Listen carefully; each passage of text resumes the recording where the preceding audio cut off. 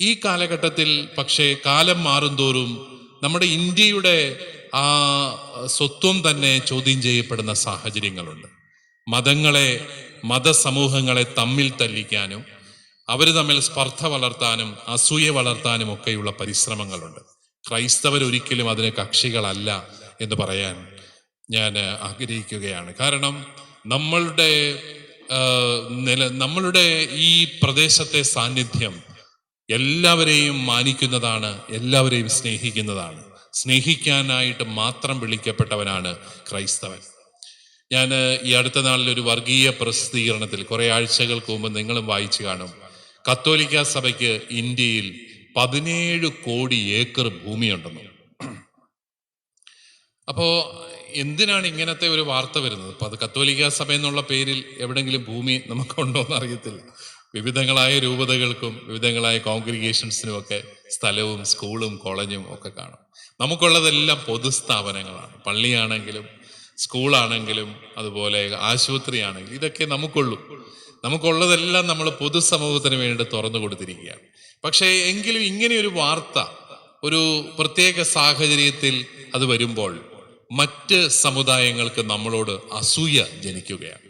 അപ്പൊ ഞാൻ ഈ 17 കോടി ഏക്കർ എന്നൊക്കെ കേട്ടോണ്ട് ചുമ്മാതെ ഇന്റർനെറ്റിലൊന്ന് പരതി കേരളം മൊത്തം കൂടെ എടുത്തു നോക്കിയാൽ എത്ര ഏക്കർ കാണും? കേരളം മൊത്തവും കൂടെ 1 കോടി ഏക്കർ ഇല്ല. 93,000 ഏക്കർ എങ്ങാണ്ടേ ഉള്ളൂ കേരളം മുഴുവൻ. കേരളത്തിലാണ് കത്തോലിക്ക സഭയ്ക്ക് ഏറ്റവും കൂടുതൽ ഭൂമിയുള്ളത്. ആ കേരളം മുഴുവനും കൂടെ നോക്കിയാലും 1 കോടി ഏക്കർ ഇല്ല. ഇന്ത്യയിലെ ഏറ്റവും വലിയ സംസ്ഥാനമായ രാജസ്ഥാൻ 10 കോടി ഏക്കറേ ഉള്ളൂ. പിന്നെ ഈ ഉത്തർപ്രദേശും കൂടെ കൂട്ടുവാണെങ്കിൽ ചിലപ്പോൾ ഉത്തർപ്രദേശിൽ 9 കോടി ഏക്കർ ഉണ്ടെന്ന് കേട്ടിട്ടുണ്ട്. 9 ആണോ 7 ആണോ എന്ന് എനിക്കറിയില്ല. ഇത്രയൊക്കെ ഉള്ളൂ. അപ്പൊ ഇവര് പറയുന്നത് എന്താണ്? ഇന്ത്യയിലെ ഏറ്റവും വലിയ 2 സംസ്ഥാനങ്ങൾ കത്തോലിക്ക സഭയുടെ കയ്യിലാണ്. ഇത് കേട്ടാൽ ആർക്കെങ്കിലും അസൂയ വരാതിരിക്കുമോ? പക്ഷെ എനിക്ക് ഏറ്റവും സങ്കടം എന്നാന്നറിയാമോ? ഈ മണിമലയിലെ കത്തോലിക്കർ ഉൾപ്പെടെ കുറെ എണ്ണം അത് വിശ്വസിച്ചിട്ടുണ്ടെന്നുള്ളതാണ്. സഭയ്ക്ക് അത് കാണും, മിക്കവാറും 17 കോടി കാണുമായിരിക്കുമെന്ന് കത്തോലിക്കര് തന്നെ അത് വിശ്വസിക്കും. കാരണം നമുക്ക് വലിയ സ്കൂളും കോളേജും ഒക്കെ ഉണ്ടല്ലോ, ഉറപ്പായിട്ടും കാണും.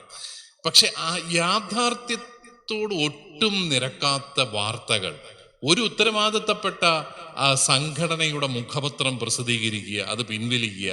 പക്ഷെ അത് ഡിജിറ്റൽ വേൾഡിലേക്ക് ഒരു കാര്യം പ്രസിദ്ധീകരിച്ചു കഴിഞ്ഞാൽ പിൻവലിച്ചിട്ട് എന്നാ കാര്യം? അത് അവിടെ തന്നെ കാണും.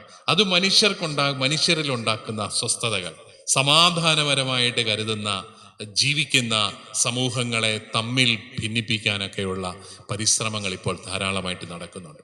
അതൊക്കെ തിരിച്ചറിയാനുള്ള വിവേകം ക്രൈസ്തവർക്കുണ്ട്, നമുക്കെല്ലാവർക്കും ഉണ്ട് എന്നുള്ളത് തന്നെയാണ് എൻ്റെ വിശ്വാസം. കാരണം നമ്മുടെ മനസ്സാക്ഷി രൂപീകരണത്തിലും ബൗദ്ധികമായ രൂപീകരണത്തിലും സഭ ഒത്തിരിയേറെ ശ്രദ്ധിച്ചിട്ടുണ്ട്, അതെന്നും ശ്രദ്ധിക്കുകയും ചെയ്യും. അതുകൊണ്ട് പ്രിയപ്പെട്ടവരെ, വലിയ സൗഹാർദ്ദത്തിൻ്റെയും സ്നേഹത്തിൻ്റെയും മാനവികതയുടെയും ഒരു സംസ്കാരമാണ് ക്രൈസ്തവ സംസ്കാരം എന്നത്.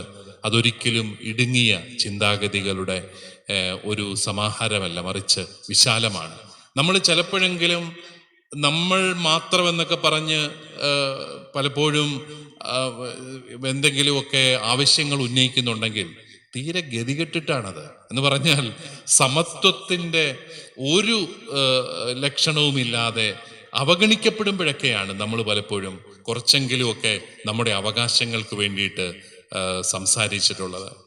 ഞാൻ കേട്ടു നോർത്ത് ഇന്ത്യയിലൊക്കെ പല ഉയർന്ന ജാതിക്കാരും ഇപ്പോൾ OBC സംവരണത്തിന് വേണ്ടിയിട്ട് അപേക്ഷ കൊടുത്തിരിക്കുകയാണ്, ക്ഷത്രിയ വിഭാഗക്കാർ പോലും. കാരണം മുഴുവൻ സംവരണത്തിലേക്ക് പോവുകയാണ്. സംവരണമില്ലാത്ത സമൂഹങ്ങളെല്ലാം ഇപ്പം സംവരണത്തിന് വേണ്ടി പോവുകയാണ്. ഞാൻ കേട്ടിട്ടുണ്ട്, ആദ്യകാലത്ത് പ്രത്യേകിച്ച് സ്വാതന്ത്ര്യ കാലത്ത് സംവരണം വേണോ എന്ന് ചോദിച്ചപ്പോൾ ഞങ്ങൾക്ക് സംവരണം വേണ്ട എന്നും ന്യായമായ ഭരണഘടന അവകാശങ്ങൾ വേണമെന്നും പറഞ്ഞ ഒരു സമൂഹമാണ് നമ്മുടെ സമൂഹം. സാമൂഹികമായിട്ട് താഴ്ന്നു നിൽക്കുന്ന സമൂഹങ്ങൾക്ക് നിങ്ങൾ സംവരണം കൊടുത്തോ, ഞങ്ങൾക്ക് അതിനകത്ത് പരാതിയില്ല. പക്ഷെ ന്യൂനപക്ഷങ്ങളുടെ അവകാശങ്ങളൊക്കെ മതി എന്ന് പറഞ്ഞ ഒരു സമൂഹമാണ് നമ്മുടെ സമൂഹം. നമ്മളിങ്ങനെ നമുക്ക് വേണ്ടിയിട്ടോ നമ്മുടെ അവകാശങ്ങൾക്ക് വേണ്ടി ഒത്തിരി ശബ്ദിച്ചിട്ടുള്ള സമുദായമല്ല.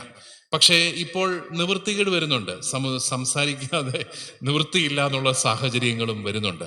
അങ്ങനെയുള്ള സാഹചര്യങ്ങൾ സൃഷ്ടിക്കപ്പെടാതെ കൊണ്ടുപോകേണ്ടത് നമ്മുടെ എല്ലാവരുടെയും കടമയാണ് എന്നുകൂടി പറയുവാനായിട്ട് ഞാൻ ആഗ്രഹിക്കുകയാണ്.